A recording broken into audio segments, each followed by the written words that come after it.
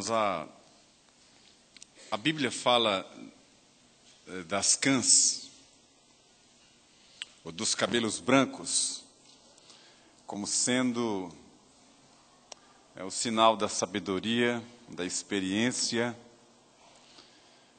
de alguém que viveu bastante para ter muita história para contar. Nosso irmão Caleb, professor, pastor, ele é um desses homens que tem muita história para contar. E ele reuniu essas histórias e pesquisou e compilou essas histórias, escreveu essas histórias. Ele conta em um livro a história do presbiterianismo no Brasil. Como venho falando, a igreja, a nossa história, a história do evangelicalismo aqui em nossa pátria. E são muitas histórias curiosas. A geração atual nem imagina as lutas, as dificuldades que os missionários, os primeiros pastores, os primeiros crentes passaram para solidificar a igreja aqui na nossa nação. A gente hoje vive um mar de rosas, comparado com as lutas, as dificuldades que a geração passada sofreu. E hoje à noite, logo após o fim dessa reunião aqui, nós vamos para o salão social, para um tempo de confraternização e um tempo de lançamento desse livro, que já li até umas partes aqui para a igreja, sobre a história da nossa igreja, da Igreja Presbiteriana da Bahia. Mas eu pedi ao Caleb para, pela bondade, falar com a igreja, dar uma palavra para a igreja nesta noite, e ele veio preparado para isso. Quero lhe passar a palavra e que Deus abençoe a sua vida e abençoe a igreja também para ouvir aquilo que o Espírito Santo quer nos falar nesta noite.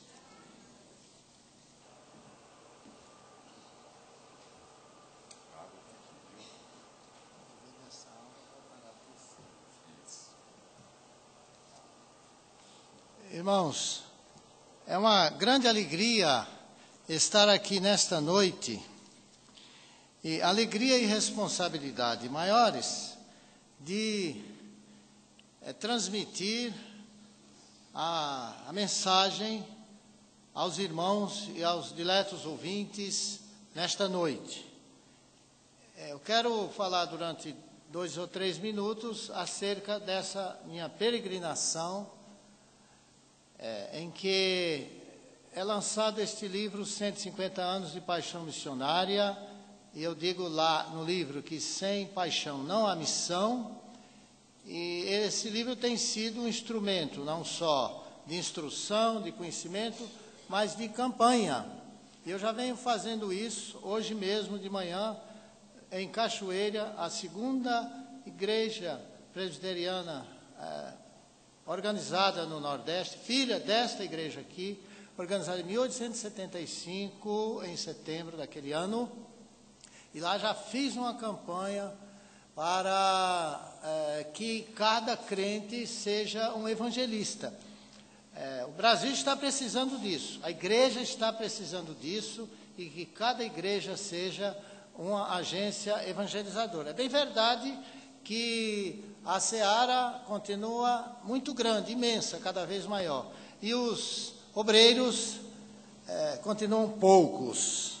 Mas mesmo esses poucos aí não estão dando conta dessa demanda tão grande, porque o mundo, o Brasil, estão assim, como que sem esperança, estão no espasmo, com tantos problemas urbanos principalmente, que nós sabemos. E divulgando esse trabalho, chegando aqui hoje, o reverendo Itamar foi logo pregando. Vai pregar sobre o quê? Foi logo perguntando.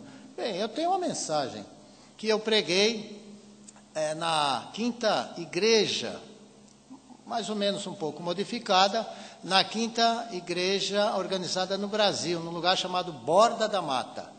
Estavam lá as autoridades, o prefeito. Era aniversário da igreja, 23 de maio, em Minas Gerais. E a primeira igreja presbiteriana de Minas e a primeira igreja evangélica de Minas Gerais. Estava do meu lado o padre. E eu não poupei, falando que hoje também vou falar aqui sobre o que é que nós pregamos. Qual é a mensagem que esse presbiterianismo, nesses 150, já quase 151 anos, aqui no Brasil, vem pregando.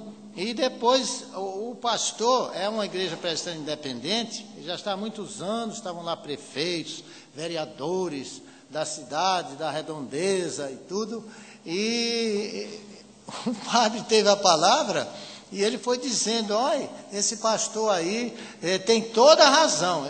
Aí depois eu conversei com ele, ó reverendo, e ele é um padre bem mocinho lá da paróquia, da matriz lá de Borda da Mata. Eu disse, olha, a sua responsabilidade é grande, concorda então que Jesus Cristo é o único mediador que nós precisamos ir à Trindade, ir a Deus, que somente por intermédio do Senhor Jesus Cristo. Ele disse, eu creio nisso, então vamos orar pelo Senhor. E eu já tenho pedido às igrejas que orem por aquele padre, Daniel. Logo um nome bíblico, né? Deus é meu juiz. Eu digo, olha, Deus é seu juiz, Daniel. Portanto, nesta noite eu convido a preciosa atenção dos irmãos para a leitura em Mateus capítulo 16. Já cantamos hoje aqui 2 hinos sobre a igreja. Eu quero falar sobre a igreja. Que igreja é essa? Eu estava esboçando e até anunciando por aí afora um novo livro, o DNA da igreja. Aí abri a Ultimato que o reverendo Elber me manda e já vi lá o DNA da igreja, um livro. Então isso aí não preciso mais me preocupar. Não sei se o conteúdo é o mesmo que teria aquele livro a que eu me propus escrever. É a natureza da igreja. Senhor Jesus Cristo, um episódio muito conhecido, e então eu vou ler apenas alguns versículos, especialmente aquele em que será baseada a mensagem, capítulo 16, ali pelo versículo 16 em diante. Respondendo Simão Pedro, disse, tu és o Cristo, o Filho do Deus vivo. Então Jesus lhe afirmou, bem-aventurado és, Simão Bar-Jonas, porque não foi carne e sangue que te revelaram, mas meu Pai que está nos céus. Também eu te digo que tu és Pedro, e sobre esta pedra edificarei a minha igreja, e as portas do inferno não prevalecerão contra ela. Edificarei a minha igreja. Que igreja será essa? Que o Senhor Jesus disse que edificará a sua igreja e as portas do inferno não prevalecerão contra ela. E que depois da sua ressurreição, apareceu algumas vezes, já lá no cenáculo, e disse àquela igreja incipiente, porque igreja é povo, igreja não é templo, não é estrutura, não é organização, igreja é um organismo, é o corpo de Cristo. Essa igreja mesmo aqui foi fundada e organizada com 2 pessoas. A igreja do Rio, a primeira lá, em 1862, no dia 12 de janeiro, foi organizada com 2 pessoas, até estrangeiras, não tinha presbítero, não tinha diácono, não tinha nada. E a igreja, onde estiverem 2 ou 3 reunidos em meu nome, estarei no meio deles. Por que mais para ser uma igreja? Com Jesus no meio e 2 ou 3 pessoas, tá bom, tá? Pois bem, igreja é povo, fica claro isso, né? Então estavam ali no cenáculo, com medo dos judeus, dos perseguidores, e Jesus, de uma maneira misteriosa, de uma maneira sobrenatural, de uma maneira repentina, entrou ali, estando as portas trancadas, com trancas, não é com ferrolhinho aquele da nossa casa não, é com trancas. E ali ele, paz seja convosco, levou paz, levou alegria e levou missão. Assim como o Pai me enviou, eu vos envio. Olha aí a natureza da igreja. Missão é envio. Pois lá no livro de Atos, muito conhecido, capítulo 1, versículo 8, ele também fez aquele comando, aquele mandamento, aquela delegação para que os seus discípulos, aquela igreja iniciante, fosse nos arredores, Jerusalém, Samaria, e até Judéia e Samaria, até os confins da terra. E a igreja foi.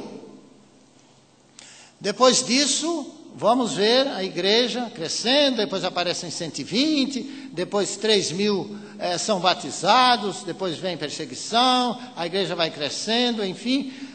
A igreja é uma igreja, portanto, missionária, não é apenas uma assembleia, porque a palavra igreja é a mesma que assembleia. Quando a gente convoca, quando a gente diz lá, vamos fazer uma assembleia da igreja, é mesmo que dizer que se fosse mais para trás, no original, seria uma assembleia da assembleia. Há muitas referências no livro de Atos sobre essa questão de assembleia, mas essa igreja que Jesus Cristo disse que iria fundar, queria edificar, né? E disse que as portas do inferno não prevaleceriam contra ela, é uma igreja, é uma assembleia dos santos, é uma igreja diferente. Então, é a mais importante das entidades sobre a face da terra, porque ela está, há a igreja triunfante e há a igreja militante, que é a igreja atual, a igreja que prega o evangelho, a igreja que adora ao único Deus vivo e verdadeiro.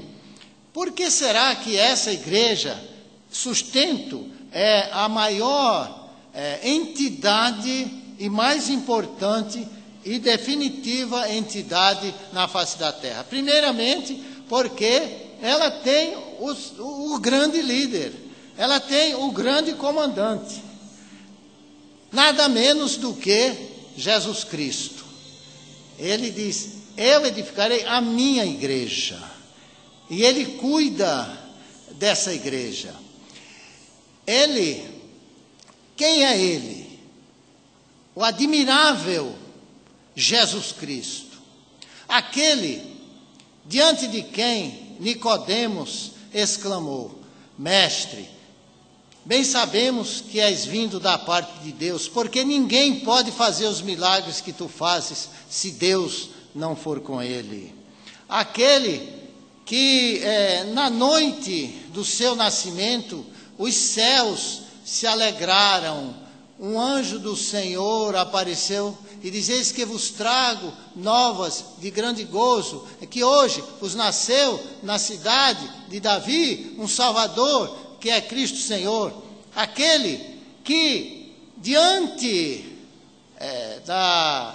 de Pôncio Pilatos, no seu julgamento, foi o julgamento mais sensacional da história, de tal maneira que o próprio juiz que o condenou, antes proclamou 3 vezes a sua inocência, e o fez em circunstâncias especialíssimas, enfrentando a odiosidade dos príncipes do povo, a política intrigante dos judeus e o intolerantismo dos fariseus, que certamente lhe não perdoariam a afronta que eles estavam fazendo, a afronta de declarar publicamente a inocência daqueles a quem eles perseguiam. Na sua morte também revelou-se esse Deus que é o grande comandante desta igreja.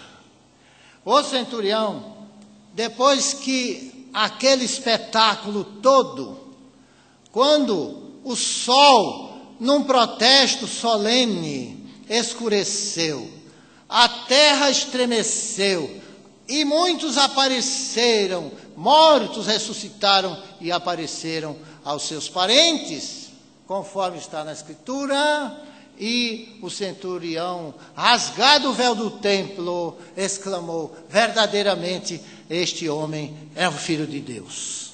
Este é o Jesus Cristo. É este diante do qual os próprios discípulos, numa tempestade, naquela tormenta marítima, quando ele repreendeu os ventos, a natureza, domina, porque ele é soberano, domina a natureza. Quem é este que até os ventos lhe obedecem? Este é o Jesus, que é o grande comandante da igreja. Igreja é a maior entidade. Esta igreja missionária, representada pela Igreja Presbiteriana do Brasil e por alguns outros ramos presbiterianos, não somente presbiterianos, outras igrejas também históricas. Ela é a mais importante entidade na face da terra, porque ela tem um grande comandante, mas porque ela tem uma grande mensagem. Que mensagem é que essa igreja prega? O que é que nós pregamos? O que é que se prega hoje em dia por aí afora? Que mensagem que tem esse povo por aí? Eu vou dizer uma coisa aqui. Eu não faço muita questão que me chame de evangélico. Porque evangélico, todo mundo é evangélico. Então isso aí está uma arca de Noé. Acho que pior do que uma arca de Noé.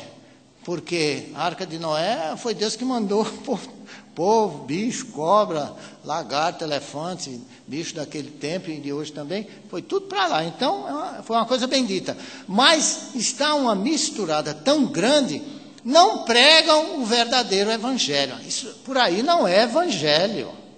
Então, principalmente essa tal teologia da prosperidade, quando a pessoa, então, o pastor, o pregador, fica prometendo isso e aquilo, e depois a pessoa vai lá, dá aquele testemunho. Não, tinha aí um carro Brasília, um Fusca, todo se acabando e tudo. Agora não, agora cada carro bonito. Eu vi onde foi?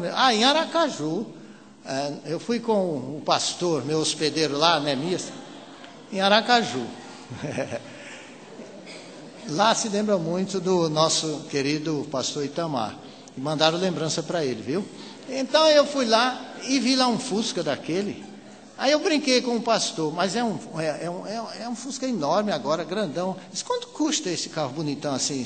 68 mil. E quanto custa aquele outro, uma perua grandona para eu andar pelo Brasil aí? 210 mil. Eu falei: ô reverendo Neemias, eu vou entrar para a Igreja Universal. Eu estou precisando, eu brincando com ele. Pois bem, ficam prometendo isso. Isso é coisa do diabo, quer ver? Olha, isso é coisa séria. Quando, na tentação de Jesus, o diabo, um dos momentos da tentação, qual foi? Está vendo isso tudo aí, do mundo inteiro, dar-te-ei esses reinos do mundo. Essa riqueza toda, se prostrado me adorares. Não é isso que nós pregamos. Faz lembrar. A coisa é séria, mas às vezes dá para se dar uma risadinha. Quer ver? Lá em São Paulo, fumar, lá no interior, é pita. Né? É pita. Talvez até os irmãos já tenham ouvido essa espécie de anedota. Conta a sua bênção, irmão. Irmãos, glória a Jesus. Quando eu era ímpio, e eu tinha um problema do pulmão, quase tuberculose, tossia demais. Por quê? Porque, irmão, irmão, glória a Jesus. É porque eu pitava muito. Pitava e tossia. Hoje que eu, glória a Jesus, aceitei a Jesus, eu pito e não tosso mais. Mensagem que pregam por aí, a transformação, o evangelho que diz: se alguém está em Cristo, nova criatura ali não existe. O que é que nós pregamos? São Paulo é muito claro, capítulo 1, da primeira epístola aos Coríntios, versículo 23, nós pregamos a Cristo crucificado. Crucificado por quê? Para nos salvar, pelos nossos pecados. São Paulo, ainda a Timóteo, na primeira epístola, capítulo 1, versículo 15, esta é uma palavra fiel e digna de toda aceitação, que Jesus Cristo veio ao mundo para salvar os pecadores. Esta é a mensagem que há 151 anos quase vem sendo pregada aqui no Brasil e há muitos séculos no mundo. É a mensagem de salvação. É a mensagem de vida eterna. Se Jesus Cristo é o centro da história da redenção, a história bíblica, a palavra, a vida eterna é a maior realidade. Quem diz isso, e eu concordo com ele, é aquele grande pregador do Canadá, Oswald Smith, que tem um livro, Paixão pelas Almas. E tem outros livros. É a maior realidade. Em primeiro lugar, porque foi para que tenhamos a vida eterna, que ele veio. E ele é que garante isso. Capítulo 5, versículo 24 de João, do Evangelho. Em verdade vos digo, quem ouve a minha palavra... Olha só, tem essas condições aí. Ouve a minha palavra, não é só escutar não e depois sai pelo outro ouvido. Quem ouve, atende, é isto o sentido da palavra ali. Quem ouve a minha palavra, crê naquele que me enviou, tem a vida eterna. Olha só o presente indicativo do verbo.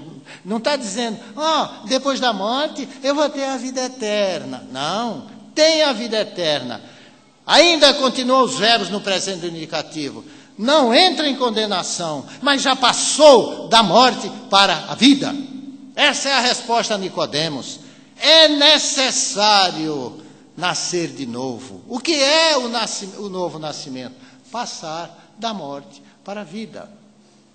São Paulo diz aos Efésios, ele nos remiu, nós estávamos mortos em nossos delitos e pecados. E ele mesmo diz em Romanos, o salário do pecado é a morte, mas o dom gratuito de Deus é a vida eterna. E São João, lá numa das suas epístolas, creio que é na primeira epístola, ele diz, e o testemunho é esse, quem tem Jesus Cristo tem a vida eterna. Quem tem o Filho de Deus, Jesus Cristo, tem a vida eterna. Quem não tem a vida eterna. Acabou a conversa. Não existe outra conversa. Nós não temos outra mensagem. Nós não pregamos libertação. Há uma igreja lá em São Paulo. Outro dia, às vezes eu carrego um folheto deles, que eu me meto em tudo quanto é igreja e tal, para pesquisar, não é? E aí tem um monte de muletas jogadas assim. É um missionário lá de uma dessas igrejas meio estranhas. Um monte de muletas. Jesus liberta e tal. Aquele monte de muletas. Agora, aí pela madrugada, aquele da Igreja Mundial do Poder de Deus, anuncia e tudo. Aí a pessoa venha, dê o seu testemunho, a pessoa sai, se levanta e tudo. Então, essa não é a nossa mensagem. Não é. Cura, libertação, não é a nossa mensagem. Jesus Cristo, Ele querendo, Ele liberta de qualquer coisa. Ele liberta. Mas, sabe de uma coisa? Eu só vejo Jesus dizer, se alguém quiser vir após mim, negue-se a si mesmo, tome cada dia, eu vi isso aqui, não sei em que lugar, tome, o versículo da Bíblia, cada dia a sua cruz e siga-me. No mundo vocês vão ter aflições.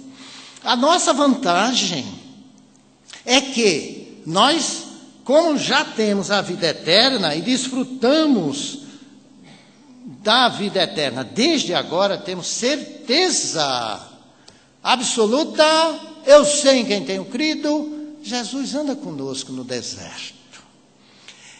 Ainda que nós soframos ameaças, como sofreram os missionários. Meu pai foi um homem que evangelizou em 5 estados, inclusive aqui na Bahia. Aqui em 1997 eu lancei o livro aqui nesta igreja, pastorado do reverendo Sebastião Guimarães Filho, Januário Antônio dos Pés Formosos, quase foi morto lá pelo Frei Damião. Quantos sofreram? O grande, para mim, o maior missionário que pisou e que trabalhou aqui no Brasil, Chamberlain, morreu de quê? Aqui na Bahia. Ainda hoje eu disse lá em Cachoeira, ele quis despedir-se aqui, vocês nem sabiam disso, de Cachoeira. Ele quis morrer e ser sepultado no Brasil. Está sepultado aqui, na verdade, no cemitério, acho que é dos ingleses. Chamberlain morreu de câncer, não foi livre. Quantos missionários morreram assassinados, esfaqueados? Reverendo Butler, lá em Canhotinho, não morreu porque o seu companheiro Neve Lela pôs-se no meio e tomou aquela punhalada e tombou lá em São Bento do Una. E eu preguei lá na igreja de Canhotinho, em cima onde estavam os restos mortais de um e de outro, e uma frase assim: 2 pessoas morreram por mim. Butler, Jesus e seu Neve Lela. Não é verdade?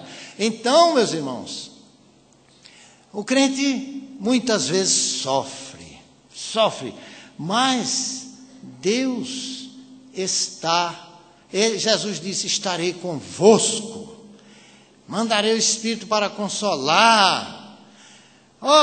Você tem uma promessa, fortaleça-se nessa promessa, não fica aí aflito, chorando. Eu vou preparar lugar, pode ter certeza que eu venho buscar vocês e vou levar para que onde eu estiver, estejam vocês também. Para que melhor do que isso? Então, nos fortalece. Ele caminha conosco no deserto. A mensagem que a igreja tem, a igreja do Senhor Jesus Cristo, essa igreja que ele disse que iria edificar, é a mensagem de vida eterna. Depois, e em terceiro lugar, ela é a grande entidade. Por quê? E vale a pena pertencer à igreja. Será que aqui alguém ainda não pertence à igreja do Senhor Jesus Cristo? Ainda não creu e não fez a declaração publicamente da sua profissão de fé?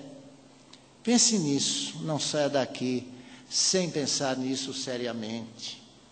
Em terceiro lugar, ela é uma igreja importantíssima, porque ela é eterna. Não se acaba aqui, não. Uma vez eu preguei numa cidade aí, é uma igreja rural. Eu já gosto de igreja rural, sabe? Gosto da cidade também, viu?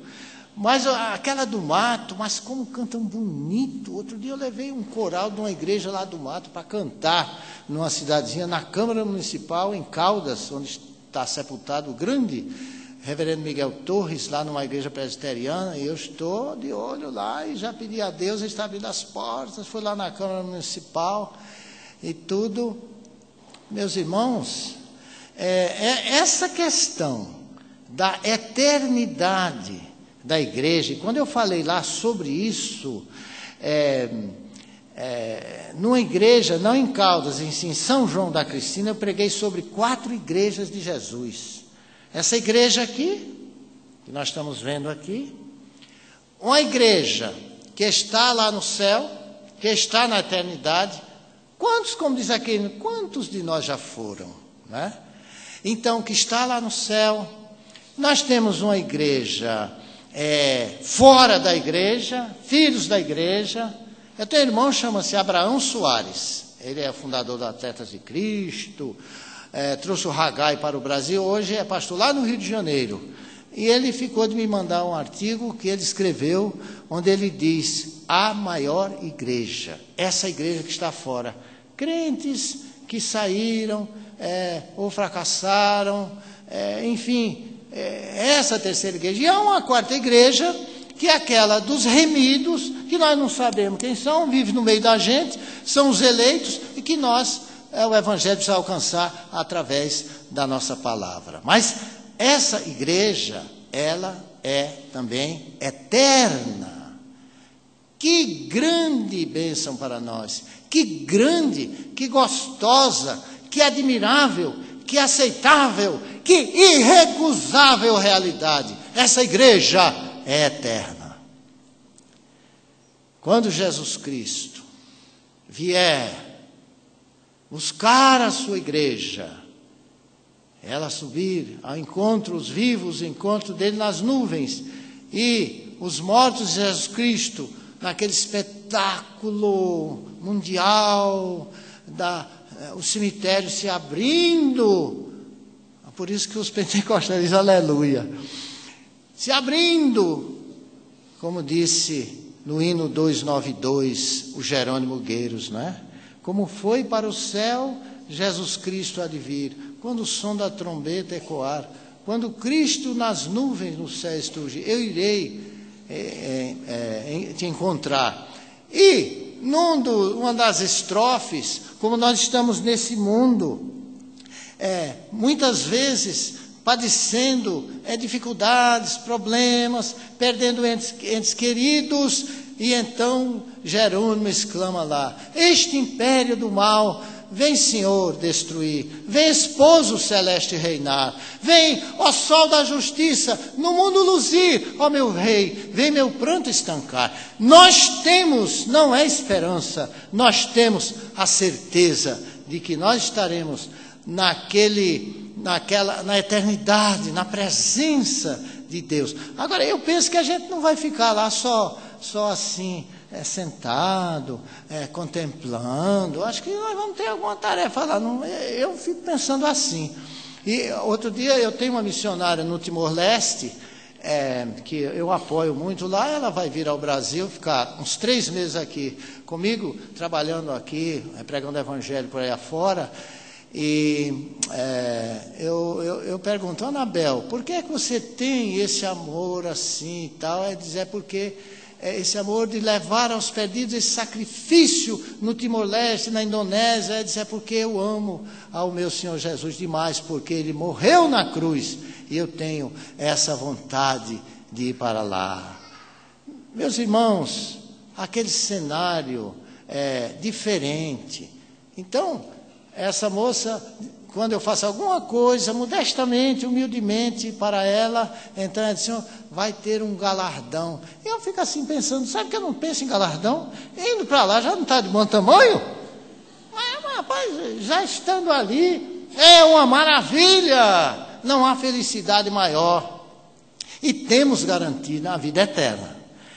Pois bem, a igreja do Senhor Jesus Cristo, então, ela é essa igreja essa entidade a qual vale a pena pertencer, porque ela não se acaba aqui não, porque ela é eterna. Nós temos um destino certo. Nós navegamos no mar incerto, mas nós temos um destino certo. O mar tantas vezes revolto, encapelado, mas nós temos um porto seguro, nós temos um destino eterno. E por fim, a igreja do Senhor Jesus Cristo é a maior entidade sobre a face da terra, porque ela tem uma missão. Que missão é essa? Que missão é? É essa missão de pregar o evangelho. E é uma missão que nem os anjos têm. Nem os anjos. Os anjos proclamaram naquela noite de Natal, quando os céus da Palestina foram rasgados por aquela luz tão intensa, tão bonita, que proclamaram naquela noite: eu vos trago novas de grande alegria, que será para todo o povo. É que hoje vos nasceu na cidade de Davi um Salvador, que é Cristo Senhor. Meus irmãos, essa é a missão que Jesus Cristo, ao formar essa igreja, ele fala, eu vos envio. Não há missão sem paixão.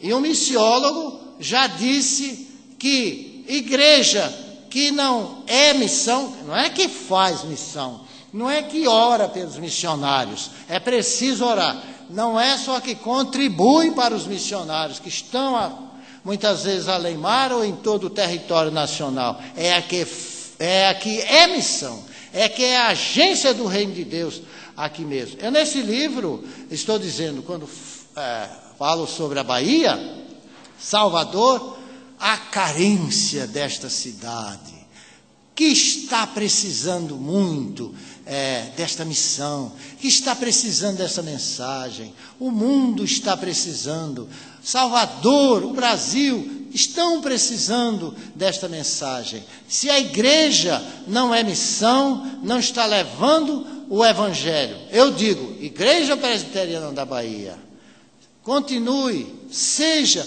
uma igreja evangelista, uma igreja missionária. E não se esqueçam, a igreja que o Senhor edificou, a igreja do Senhor Jesus Cristo, pela qual Ele morreu, deu a vida,